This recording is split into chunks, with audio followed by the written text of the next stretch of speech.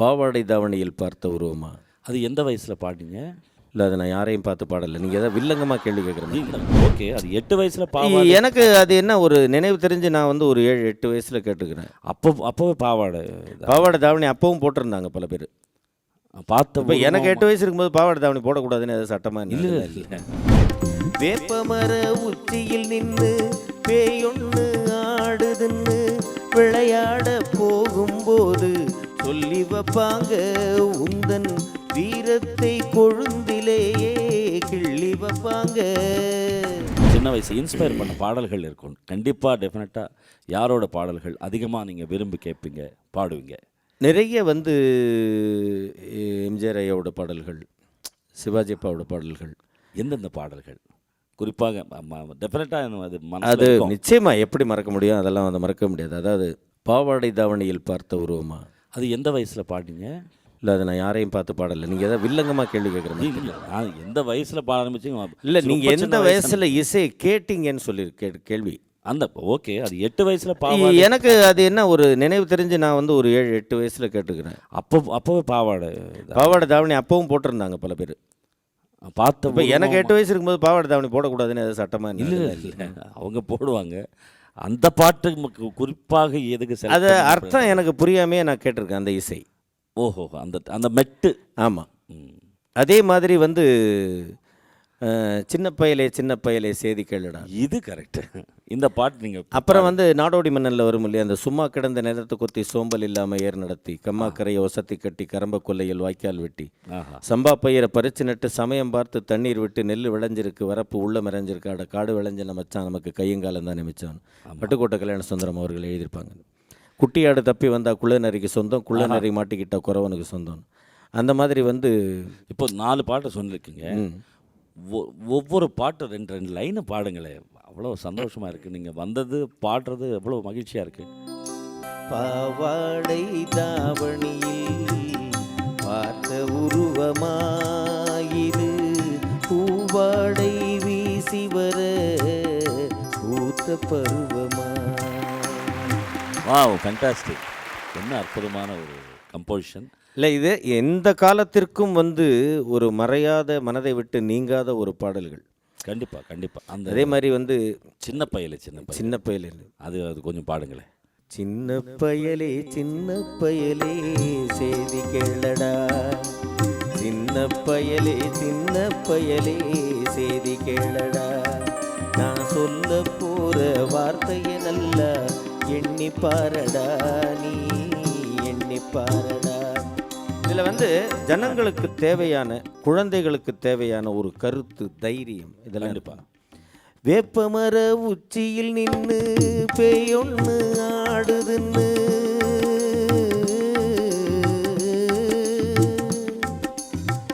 வேப்பமர உச்சியில் நின்று பேயொன்று ஆடுதுன்னு விளையாட போகும்போது சொல்லி வைப்பாங்க உந்தன் வீரத்தை கொழுந்திலேயே கிள்ளி வைப்பாங்க. வேலையற்ற வீணர்களின் மூளையற்ற வார்த்தைகளை வேடிக்கையாக கூட நம்பிவிடாதே, நீ வீட்டுக்குள்ளே அடைஞ்சு கிடந்து வெம்பி விடாதே, நீ வெம்பி விடாதே.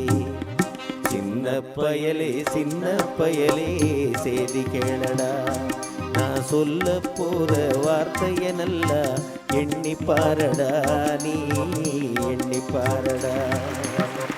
அதாவது பொதுவாக, அதாவது எல்லோருக்கும் சேரக்கூடிய இந்த மாதிரி அற்புதமான வரிகள். ஐயா ரொம்ப அற்புதமான பாடல்கள். அதே மாதிரி வந்து கடவுளை சபிக்கிறது பாட்டு, வானம்பாடின்னு நினைக்கிறேன் அந்த படம். SSR அவர்கள் பாடியிருப்பாங்க. கடவுள் மனிதனாக பிறக்க வேண்டும், அவன் காதலித்து வேதனையில் வாட வேண்டும்.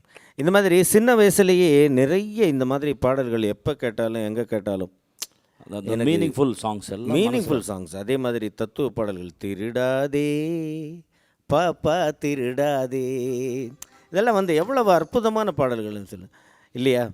அதாவது அதே மாதிரி போயும் மனிதனுக்கு இந்த புத்தியை கொடுத்தானே, அதில் பொய்யும் புரட்டும் திருட்டும் கலந்து பூமியை கெடுத்தானே மனிதன் பூமியை கெடுத்தான். கைகளை தோளில் போடுகிறார், அதை கருணை என்றவர் கூறுகிறார். பைகளில் எதையோ தேடுகிறார், கையில் பட்டதை எடுத்து ஓடுகிறார். எவ்வளோ இதெல்லாம் நீங்கள் வந்து மறக்க முடியாத ஒரு வரிகள். சாதாரண மனிதனுக்கு புரியக்கூடிய ஒரு அற்புதமான மெட்டில். அதுதான் சொல்கிறேன் நான். அதை எளிமையாக. ஆமாம். அதே மாதிரி வந்து நீங்கள் இன்னொன்று, இந்த ஆடிய ஆட்டம் என்ன, பேசிய வார்த்தை என்ன, தேடிய செல்வம் என்ன, கண்ணதாசன் ஐயா எழுதினதுன்னு. நீங்கள் அந்த பாட்டினுடைய பழைய வரிகள் நீங்கள் என்றைக்கும் திருவொற்றியூருக்கு போனீங்கன்னா பட்டினத்தார் சமாதியில் பார்க்கலாம். ஆஹா, ரொம்ப அற்புதமாக இருக்கும் அந்த வரிகள்லாம். பார்த்தீங்கன்னாக்கா, காடு வரை மனை பிள்ளை வரும், கடைசி வரை யார் உருவார், சுற்றம் வரும், அப்படி இப்படின்னு அந்த பாட்டு பழைய தமிழில் இருக்கணும். அதாவது ஆடிய ஆட்டம் என்ன, பேசிய வார்த்தை என்ன, தேடிய செல்வம் என்ன, திரண்டதோர் சுற்றம் என்ன, கூடுவிட்டு ஆவி போனால் கூடவே வருவதென்ன, வீடு வரை உறவு, வீதி வரை மனைவி, காடு வரை பிள்ளை, கடைசி வரை யாரோ, வீடு வரை உறவு, வீதி வரை மனைவி, காடு வரை பிள்ளை, கடைசி வரை யாரோ, கடைசி வரை யாரோ. அந்த ஹம்மிங்கே அவ்வளோ பிரமாதமாக இருக்கும். ஸோ இந்த மாதிரி சின்ன வயசுலேருந்தே எனக்கு இசை மீது ஒரு நாட்டம் இருந்தது. இன்னைக்கும் இருக்குது, அது என்னைக்கும் இருக்கும். அதாவது அந்த அந்த அந்த காட்சிகள், அதாவது அதுக்கு லிங்க் சீனோட சேர்ந்து. ஆமாம், அந்த பிக்சரைசேஷன், அந்த ஒரே ஒரு இந்த இதில் அந்த தூளி ஆட்டிக்கிட்டே அந்த ஹம்மிங்கு, இதெல்லாம் அதுதான் அந்த காட்சி அப்படியே நிற்கும். ஆமாம், அந்த அளவுக்கு அவங்க எவ்வளோ ஒர்க் பண்ணியிருப்பாங்க அந்த படம். அது ஒன்றும் இல்லை, நீங்கள் வந்து அந்த பிஜிஎம் கேட்டாலே இது என்ன பாட்டுன்னு சொல்லிடலாம், என்ன படம்னு சொல்லிடலாம். கண்டிப்பாக கண்டிப்பாக. அதாவது இந்த கேரக்டர், இப்போ சிவாஜி அப்பா ஒரு படத்தில் ஒரு கேரக்டர் நடிச்சிருக்கிறாங்க.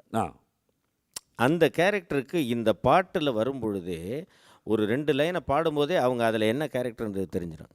கண்டிப்பாக. எலும்புக்கும் சதைக்கும் மருத்துவம் கண்டேன், இதற்கு ஒரு மருந்தை கண்டேன், அவர் டாக்டர் அந்த படத்தில். ஃபென்டாஸ்டிக். அதாவது எம்எஸ் பாஸ்கர் அவர்கள் வந்து தத்துவ பாடல்கள். அது இல்லை இன்னொரு விஷயங்களுங்க. திருவிளையாடல்னு ஒரு படம். சரி. சிவாஜி பா நடிச்சிருப்பாங்க, சிவபெருமான. ஆமாம். ஏபி நாகராஜன் ஐயா அவர்கள் டைரக்ஷனில். சரி.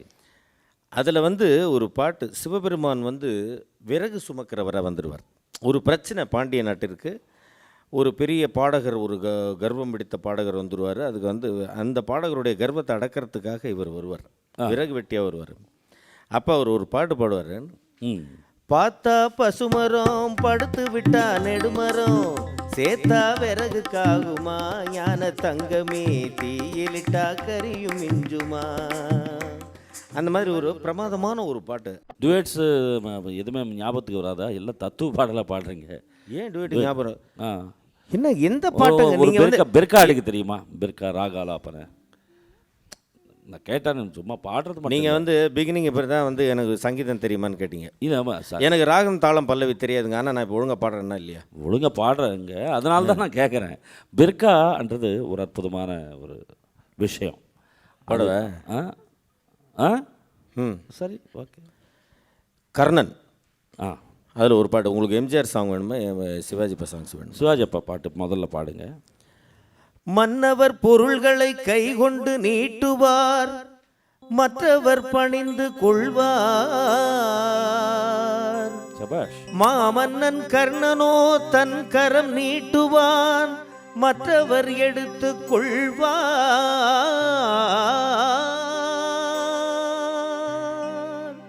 வலதுகை கொடுப்பதை இடதுகை அறியாமல் வைத்தவன் கர்ணவீரன், வறுமைக்கு வறுமையை வைத்ததோர் மாமன்னன்.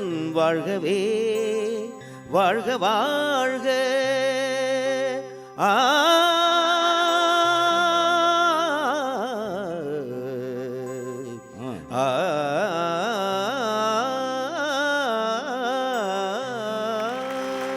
எப்படி சபாஷ், ஃபேண்டாஸ்டிக். பாடல ஃபேண்டாஸ்டிக். அதாவது அதாவது அந்த சஸ்டைன்ஸும் அந்த பெருக்காவும் இந்த அளவுக்கு நீங்கள் டெவலப் பண்ணியிருக்கீங்கன்றது இப்போ தானே தெரியும். என்ன ஒன்றுமே லாயக்கு இல்லாதவன் நினைக்கிறீங்களா? இல்லை இப்போ தான் பார்க்குறாங்க ஜனங்க எல்லாம். அது எப்படி நல்லா இருக்குன்றீங்களா? உருண்டையே பார்க்குது உங்களை இப்போ உலக உருண்டை. ஆமாம்.